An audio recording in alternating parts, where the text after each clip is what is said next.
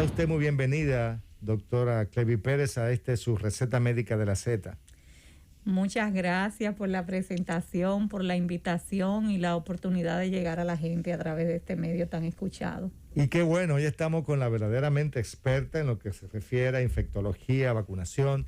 Y hoy en el comentario que usted en su llegada encontró sobre el tema de esta última pregunta que hizo el amigo desde la ciudad de Pensilvania, Estados Unidos, donde hablaba de el por qué la influenza, ¿verdad? Sabiendo que para estos meses de noviembre, diciembre, comienzan a hacer su aparición este virus, y ahora combinado con el Omicron, ¿cuál ha sido la opinión suya al respecto? Bien, ciertamente la vacunación de influenza, que tiene muchísimos años, décadas llevándose a cabo, es una vacuna que cambia todos los años porque los virus se van modificando. Y precisamente digamos que los blancos antigénicos van cambiando y entonces la vacuna se va modificando y hay que ponérsela anualmente. La vacuna de influenza está aprobada para mayores de 6 meses en adelante en población general. Claro, factores de riesgo llevan a ser muchísimo más importante el hecho de vacunarse, pero realmente es una vacuna para población general. Por tanto, nosotros que nos ponemos la vacuna con el hemisferio norte, que como bien usted decía, los meses, ¿no? Ya desde finales del otoño, sobre todo los meses de invierno y primavera, porque la temporada termina a principios de abril, deben entonces estar vacunados. Lo idóneo es vacunarse a finales de octubre, principios de noviembre. Generalmente las vacunas antes eran triple, dos cepa A y una B, pero las últimas que estamos poniendo los últimos años son cuádruples, o sea que tienen 2A y 2B combinados, y entonces básicamente se hace una proyección de cuáles son las que van a circular durante esa temporada, y entonces todas las temporadas pues se va renovando la vacunación de influenza. Es importante decir que ciertamente en el país se pone tanto a nivel público como a nivel privado, pero debemos hacer mucho más esfuerzos, porque realmente la vacunación no es solamente cuestión de promocionar de medios de comunicación y todo, es cuestión comunitaria, y ahí volvemos a uno de los grandes déficits que tenemos en nuestro país, que es la atención primaria. Se supone que toda la familia deberían tener un centro, un médico de atención primaria, y que esta persona debería hablarle, hacer promoción de la salud, promotores, y que toda la gente se vaya a vacunar anualmente. Pero como somos tan deficitarios, tan débiles en atención primaria, pues entonces solamente la gente muy interesada, muy informada, son los que acuden exactamente a recibir las vacunas.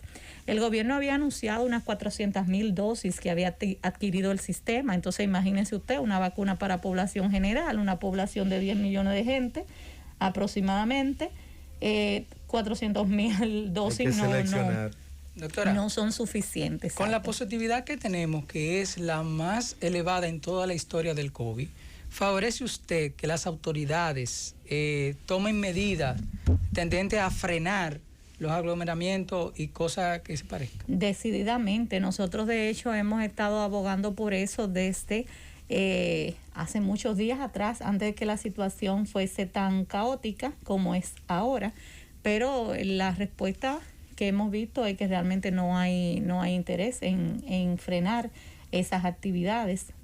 Entonces, nosotros lo que estamos viendo es que primero los trabajadores de la salud, muchos están enfermos, médicos, enfermeras, personal de laboratorio, está sobrecargado y saturado de trabajo, y muchos se han enfermado y están ahora mismo de licencia. Nosotros lo estamos recibiendo reportes de otros médicos en otros centros, y nosotros mismos donde trabajamos también estamos viendo esto. Entonces, aparte tenemos una sobrecarga de pacientes, mucha gente acudiendo al sistema a buscar diagnóstico, tratamiento, asistencia, y aparte el personal diezmado, disminuido. Entonces, básicamente la respuesta que hemos visto a través de los medios de comunicación es hablando de que la letalidad es baja y que por eso no se va a hacer ninguna medida. Entonces, eso no es ningún criterio científico, ¿verdad que no? No es un criterio porque no solamente la letalidad, exacto, sino la gente que se enferma. Te va a colapsar y aparte de eso, y estamos hablando de que si una letalidad, que siempre es menos de la realidad, es de un 1%, estamos hablando de que de cada 100 personas que están en el sistema registradas, pues una entonces va a morir. Eso no es bajo cuando usted tiene, o sea, es bajo la letalidad global, pero no es bajo porque al haber tantas personas contagiadas, pues entonces eso representa un exceso de mortalidad, gente que no tenía que morir, que muere por un evento como una enfermedad infecciosa, que en este momento hay medidas para prevenir y lamentablemente además, no se previno. Si ese fuera el criterio, desde que el COVID vino de manera global al mundo, la letalidad se ha sabido siempre que ha sido baja por tal sentido, y tomamos medidas de control cuando vino. Por vía de consecuencia, entonces, que la letalidad sea baja no es un criterio científico como para tú no establecer las medidas. Y además hay que pensar, y es lo que llamó la atención en varias ocasiones, o sea, también está el COVID prolongado, está las secuelas que deja, secuelas incluso en términos neurológicos, cognitivos, de sueño, o sea que todo ese tipo de cosas hay que verlas. Y alguien me preguntaba esta mañana y yo le decía, miren, piensen, por ejemplo, lo que pasó con chikungunya. Nosotros, años después de haber salido de chikungunya, de la epidemia de chikungunya, veíamos todavía secuelas, gente con problemas, meses y meses, producto de la chikungunya. Entonces, pensemos también en que mientras más gente tiene COVID, se infecta de COVID, aunque la mayoría lo van a pasar y van a recuperarse, pero ¿cuántos van a quedar con secuelas y con problemas? Doctora, pero usted como médica y como infectóloga, el hecho de que nosotros no tomemos la medida de lugar, en el sentido de que como el Omicron es una de las variantes más leve que da como resultado. Y hay que ver también que tanta de eso es producto realmente de que ya tenemos una población vacunada y una población que ya ha experimentado varias olas, y en esas olas se ha adquirido también inmunidad por haber tenido la enfermedad. Yo quería preguntarle, doctora, si nosotros sumamos el Omicron como una parte de la parte viral que afecta el sistema,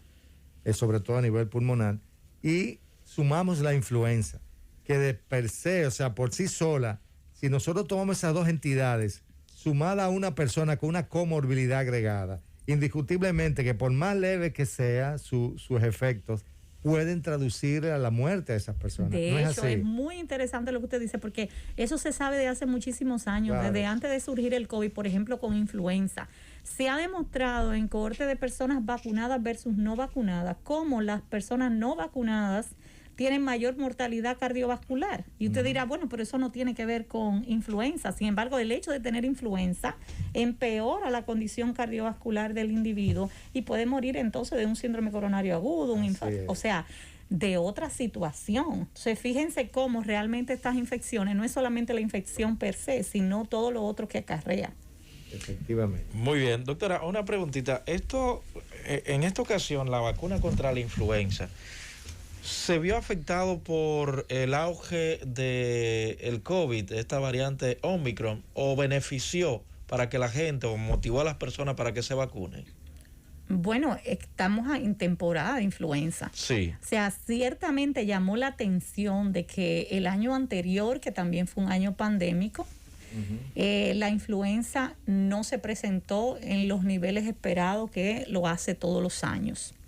Y eso se atribuyó a varias cosas importantes, a las medidas de salud pública que se estaban haciendo en ese momento. Sobre todo había más adherencia al uso de mascarilla, había mayor restricción en cuanto a la cantidad de gente que estaban en los locales, a los aforos, había mayor cantidad de gente teletrabajando. Entonces todo eso hizo que la temporada de influenza 2020-2021 fuese muchísimo menos impactante que la que ha sido ahora 2021-2022.